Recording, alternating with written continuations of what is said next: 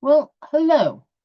Well, I promised myself that I would stream to Zoom onto YouTube every day in March. First challenge. I had a YouTube, well, first two challenges. One is when I tried to link the live stream from Zoom to what I thought was the right YouTube channel. It didn't want to work straight away. I had to wait 24 hours. Fair comment. Second, second challenge. I don't know what YouTube channel I was actually streaming to. It'll be interesting. Well, now the 24 hours is passed, I will be able to see which channel it goes on. That'll be an interesting experience in itself. And then, of course, there's been today. Yes, today has been interesting. I'm actually doing this. Well, it says 23:26 on my computer. And to be honest, I dashed out of the house at 9:30 this morning. And I have been back less than an hour, probably near a half an hour, if truth be known. I fell out with Google Maps, or I'm not sure whether Google Maps fell out with me. I went to visit a different church, a church I'd never been to before, and it was supposed to be 50 miles away and take about 15 minutes to get there. It took an hour and a half there and an hour and a half back. In fact, an hour and 40 minutes back. I'm not sure who fell out with whom. Either Google Maps fell out with me because I wouldn't follow his instructions, or I fell out with it because it was giving me instructions I didn't understand. Either way, that journey expanded. That'll be an interesting one going there. But you know, it's curious. I go around different places and it's amazing how I pick up things and how I learn things. Do you know, God is so good. I actually was looking through what somebody was saying about all these strange things that they were doing. Interesting things in terms of creativity. It wasn't crafting per se, but it was being creative. And crafting is just one way of being creative. It's some people, their specialism was painting, to be honest. But they mixed their painting up with things of faith that made it very interesting to me. And it shocked me in one sense. Well, I'd done this. Oh, um, they said, "Oh well, why we're doing this as a practice?" And I thought, "Oh, I did that years ago." Then they said, "Well, we did this." Oh, that's a slight variation of what I've done before. Slight, yeah, done that. It's very similar, not quite the same as you, but done it very similar. Oh, this is interesting. This is very interesting. I've just sort of got myself into, and I'm thinking, um, there's two things that strike me. One is because I've been all around the houses and been around doing this, that, and the other over the years, I've somewhat got a wider breadth of experience than I thought of. And it was a case of, how did that happen? Have you ever been in that situation where you've thought, oh, well, I don't really know much about this and I'm there, and then you go somewhere and you think, oh, I know, oh, I've touched on that before, and I've touched on that, and I've touched on that, and touched on that. Oh, all that big thing that they're talking about is doing a little bit, it's pulling together all the little bits I've done, doing it in a slightly different way. And I'm thinking, oh, amazing. God has been spending 20, 30 years teaching me some of these things, and they're coming out with doing them in a slightly different way. And Solomon says there's nothing new under the sun. And to be honest, there are only a limited ways that things can be done, even in God's kingdom. And yes, he'll put to there. I mean, I think of certainly of things like that. Imagine it's like a box of beads, and there's a certain number of beads in the box. And I don't know whether you've ever seen a box, but mixed box of beads. And there's blue ones and red ones and long ones and short ones. I mean, for some unknown reason, I've actually got a little white, sort of creamy white bead there. And you can probably see it better there. And it's a little creamy white one, and it's not quite. If you saw it around, it's not. It's sort of longer than it's. It's sort of quite long and on there, and it's definitely not round, is it? In fact, to be honest, it's not even a barrel shape. It's just an uneven piece of mother of pearl there. And of course, beads can be, no, that's just a cream bead. Well, I mean, you can have black beads, white beads, and any shade and colour of you in between, really.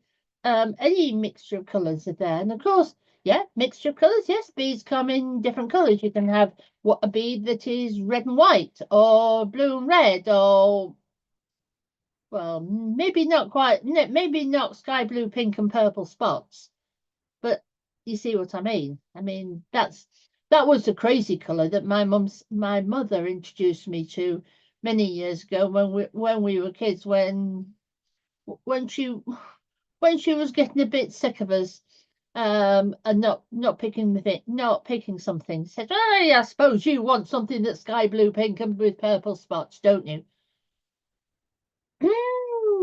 Yes, mother. But that's my go-to imaginary color. Yes. So these come in all sorts of shapes and sizes and all sorts of there. But the thing is, the beads come together to make one necklace. So you can have a black one and a blue one and a red one and a green one and a purple one and a magenta one, or whatever you want there. And you can have a round one next to a square one, next to an oblong one. You get the picture. There's so many different variations. And the thing is with God's truth in various ways, I see it as comprised of lots of little beads. And one with this event that I went to, it was a case of, oh, I've seen so and so use that bead. Oh, I've seen so and so use that bead. I've seen so and so use that bead. Oh, and you put all those beads together to make one necklace. Yeah, that's the way I see it. I don't have a monopoly on God's truth. I have picked up various this bead and that bead and the other bead and that bead and strung them all on one necklace, and it's come out a certain shape, and it's come out according to God's plan for how he put it together. And so it's surprising. That's how, to be honest, that's how I see sermons. Because you see a sermon, oh, it's got that idea in and that idea in and that idea in. Oh, and put all those ideas together, put all those thoughts and those principles and those concepts together. Oh, you put it together that way and you make that necklace. Oh, change a few beads around. Oh, you've got a whole new necklace. And it looks different. That is how I see a lot of things, lot of things, especially with some like God's truth, with things like that, because it's got a certain amount of beads. Yeah, sometimes we might find some rare beads and put those into our necklace. Sometimes we might find some big beads, what you might call feature beads, where there's a great big bead, big bead like that, and you put that big bead on your necklace and it makes a big statement on there, and it's surrounded by lots of little beads. Happens. Or you might have a necklace with two big beads that's there and there. I mean, necklaces also come in different lengths. I mean, you can have some that are so tight they only just fit round your neck. There's some that goes way down to your waist and goes so far down that you can wrap it round your head a second or third time, because the string of beads is so long.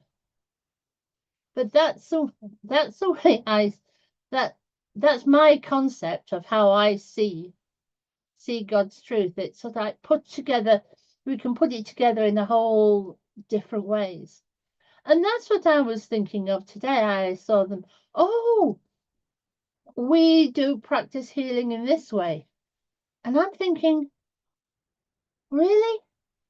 So you do it that way? And I'm thinking, do you know, so and so has exactly this, uses virtually the same idea on there. But they were talking about it being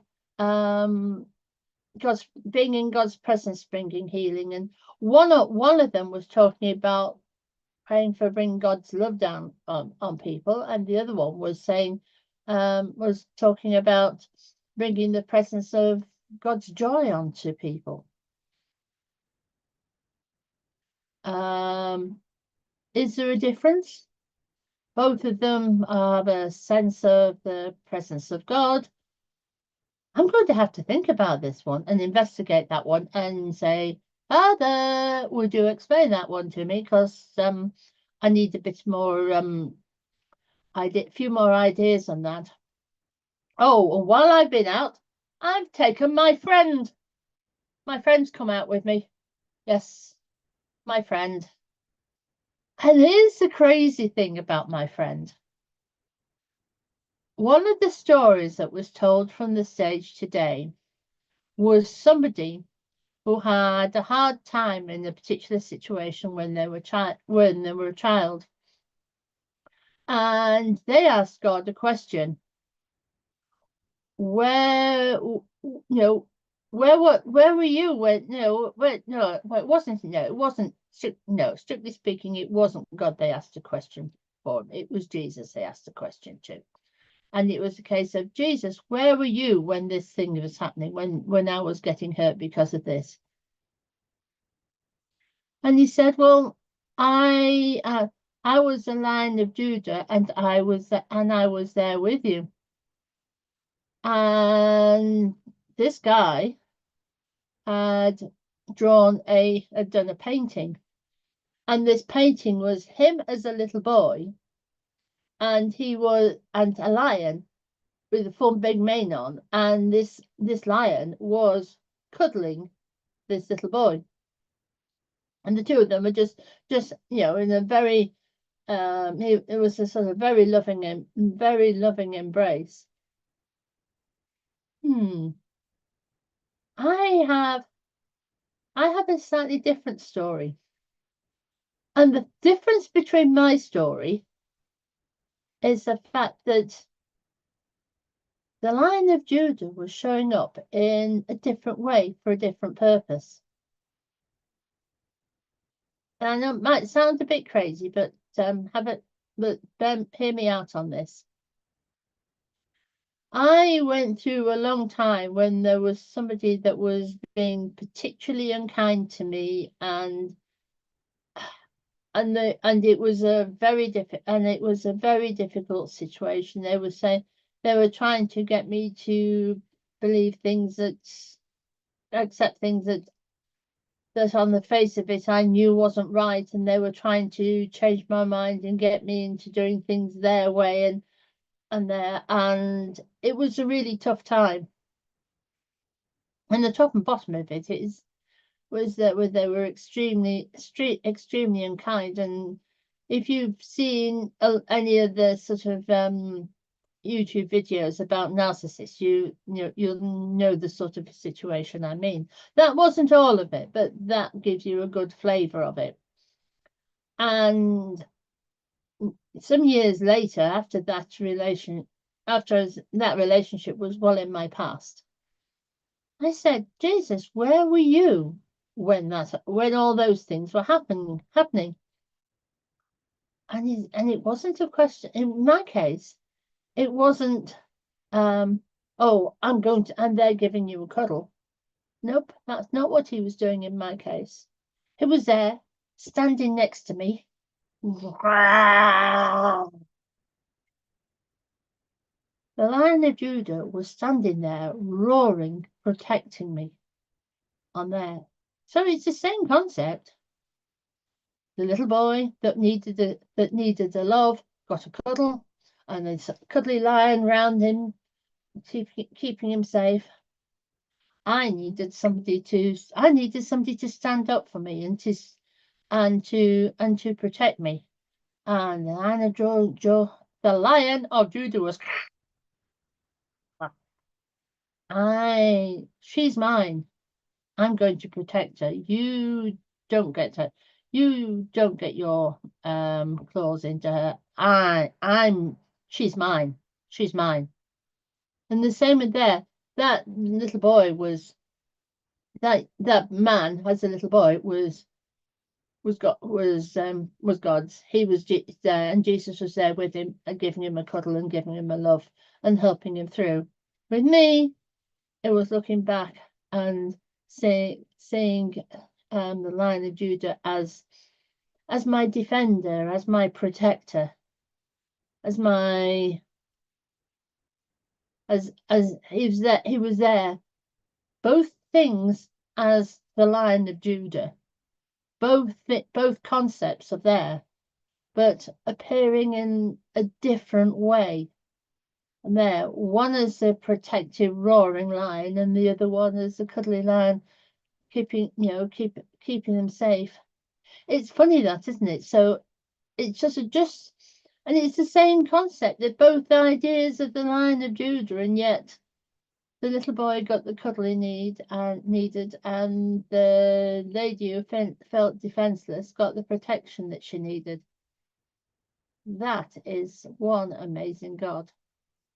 Can actually use the same ideas, the same things in different ways. That's great. That is amazing to me. I mean, yeah, hard times, and the Lion of Judah shows up. But what that Lion of Judah does in those hard times is tailored to the person and the situation. That is amazing. And that was one of the things. Imagine going to church and finding out things like that. And what was just as crazy, he had done the picture, and you could see this little boy and the lion and this little boy there was next to the lion, and that lion, sort of, such a loving embrace and gentle and very, very gentle picture, very loving picture. Even though it was a lion, you could really see the love and how this sort of little boy was being helped by being shown he was loved. Me, my way of doing this. I've turned it into my thing.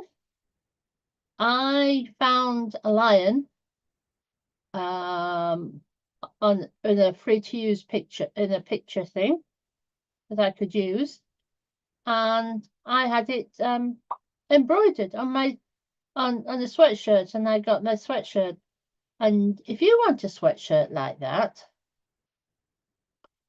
yeah, they're on the kingdomwear.wales website. And there are a few other bits and pieces besides lions as well that I've done. So yeah, you can have your very own lion who's roaring at you, protecting you, looking after you on there. And he's a lovely lion. He's roaring and he's fierce but he's my friend. That's amazing. Sort of roaring and fierce, and to be honest, quite frightening to my enemies. But he's roaring at my enemies, and I can just literally hide in his mane. Isn't that amazing? Just as that little boy was doing, I can hide in his mane. But my image is the roaring lion. The image that I saw in that painting was the boy holding on to the lion, and not you could see his face, so it wasn't embedded into the what wasn't his face hiding in the mane like this or anything. They were just next to each other, and the sort of a sense of joy, peace, contentment on their faces. Not outrageous there, but so like a peace and a contentment on both their faces. This guy, he's my roaring lion, and if anybody goes for me, he will go for them. Watch out, folks, if you decide to go for me, he'll get you. He'll get you. Anyway, that's me with my promise kept for the 2nd of March on there. A 5-10 minute go on YouTube for a bit of practice on there, and if you like the sort of things that I'm doing, you're welcome to subscribe. Actually, it's going to be interesting to see what channel it is it turns up on. That's going to be fun. Anyway, I'll see you tomorrow for day 3 of my personal 31-day challenge on YouTube